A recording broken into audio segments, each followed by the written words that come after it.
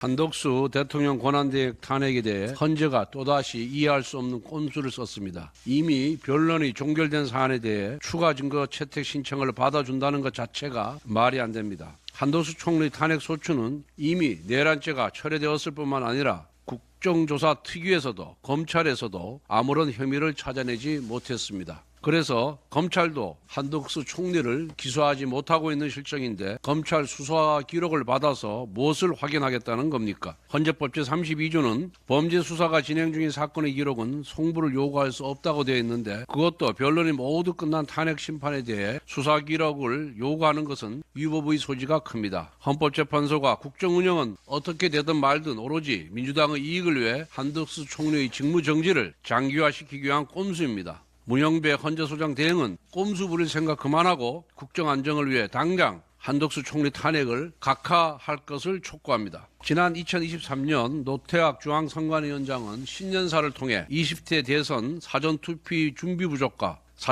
준비 부족과 부실 대처에 대해 대국민 사과를 했습니다. 그해 5월에는 선관위 고위직 간부의 자녀 특혜 채용 문제에 대해 두 번째 대국민 사과를 했습니다. 어제 노태악 위원장의 세 번째 대국민 사과가 있었습니다. 선관위 간부 자녀들의 특혜 채용 문제와 복무기강 회의에 대한 사과였습니다. 2023년 5월 대국민 사과와 사실상 똑같은 내용이었습니다. 약 2년 만에 세 번이나 사과한 것입니다만은 사과하면 뭐합니까? 지난 2년 동안 선관위는 개선된 것이 단 하나도 없습니다. 2년 전 부정 채용된 고위직 자녀 10명 중 5명만 업무에서 배제했다가 슬그머니 복귀시켰습니다. 이번에도 10명에 대해 징계는 안 하고 업무 배제만 시킨다고 합니다. 여론이 잠잠해지면 또 슬그머니 복귀시킬 심산 아니겠습니까? 솜방망이 대책으로 일관하는 선관위에게 더 이상 자정 기능을 기대할 수가 없습니다. 국민의힘은 오늘 부패의 온상으로 전락한 선관위의 국민적 신뢰 회복을 위한 특별감사관법을 발의할 예정입니다.